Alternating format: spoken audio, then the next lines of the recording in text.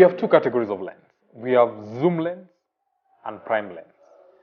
Zoom lens naturally are a lens like this. If you look at it, it will have a range of focal length, which means it has many focal lengths. Like this is a 11 to 16. So you can change its focal length. It means it has a lot of moving parts. And they are normally very convenient because you can shoot wide, you can shoot close up, you can shoot even extreme close up, or you can do a medium shot without necessarily moving.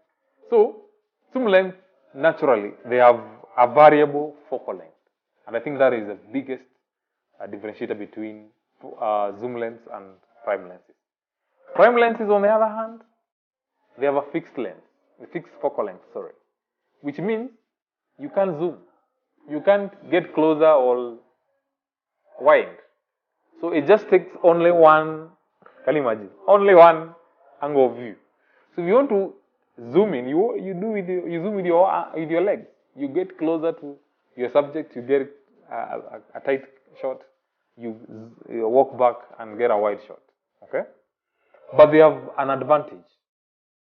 Because of the simplicity of making prime lenses, you find prime lenses, they'll tend to get much sharper images than the zoom lenses. Another advantage, they are normally lighter. Okay? So, and when you're in photography, you don't think that's a deal. But the moment you start accumulating gear, you appreciate that every kilo or every gram has a big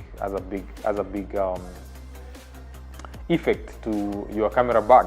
Okay, so they tend to be light. Number 3 about prime lenses, they tend to be cheaper as compared to the counterpart of zoom lenses.